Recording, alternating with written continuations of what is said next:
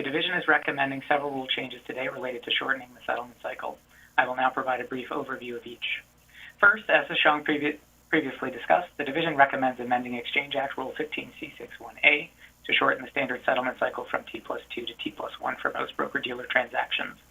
Second, the Division recommends amending Paragraph B to add security-based swaps to the set of transaction types that are excluded from Rule 15C61.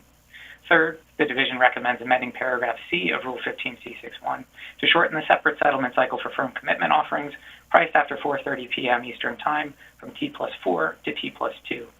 Establishing a new T+2 standard helps reduce the operational and financial risk that arises from maintaining a separate settlement cycle for firm commitment offerings, while also ensuring that the parties to such transactions have sufficient time to address unforeseen circumstances that may be difficult to anticipate in advance of such offerings and may prevent settlement on T+1.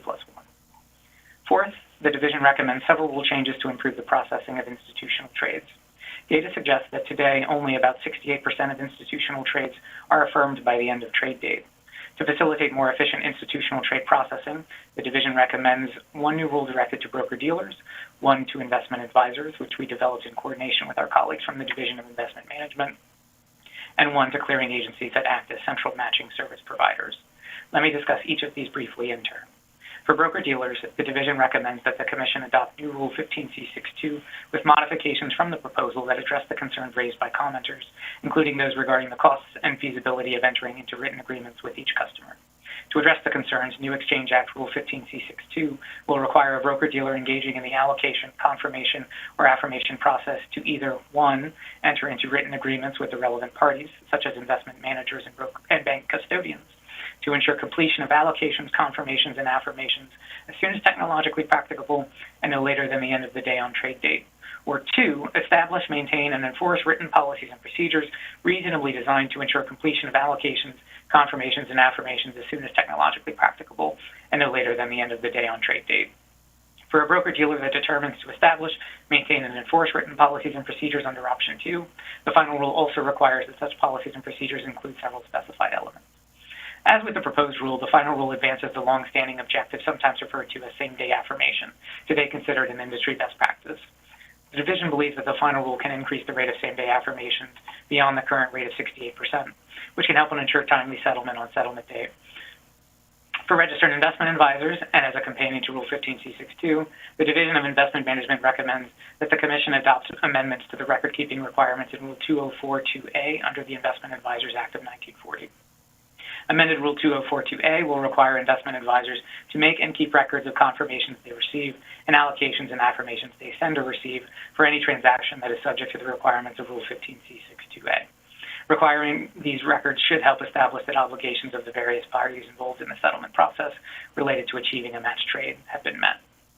For clearing agencies that are central matching service providers, or CMSPs, the Division recommends that the Commission adopts new Rule 178027. Rule 178027 will require a CMSP to establish, implement, maintain, and enforce written policies and procedures reasonably designed to facilitate straight-through processing, a concept which generally refers to processes that allow for the automation of the trade process from trade execution through settlement without manual intervention. Rules for straight-through processing are important because efforts to shorten the settlement cycle may lead market participants to seek out a variety of new service providers, including CMSPs, to help manage their settlement obligations more efficiently. To address concerns raised by commenters, the Division also recommends modifying the proposed requirement for CMSPs to submit an annual report to the Commission. Specifically, the Division recommends modifying the proposed rule to be more specific in describing the information required in each report. Pursuant to the final rule, a CMSP will be required to submit a report that describes the following. 1, a summary of the CMSP's policies and procedures reasonably designed to facilitate straight-through processing. 2, a qualitative description of its progress in facilitating straight-through processing during the 12-month period covered by the report. 3, a quantitative presentation of data that includes specified metrics as set forth in the rule. And 4, a qualitative description of the actions it intends to take to facilitate straight-through processing during the 12-month period that follows the period covered by the report.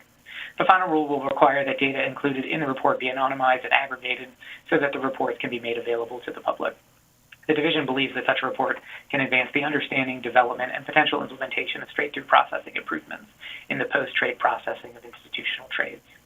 Finally, to facilitate the submission of these annual reports to the Commission, the Division recommends that the Commission adopt amendments to Regulation ST to require that the annual report be filed using the Commission's EDGAR filing system. Now I will turn it over to Jessica Wachter of the Division of Economic and Risk Analysis to discuss the economic impact of the rule changes.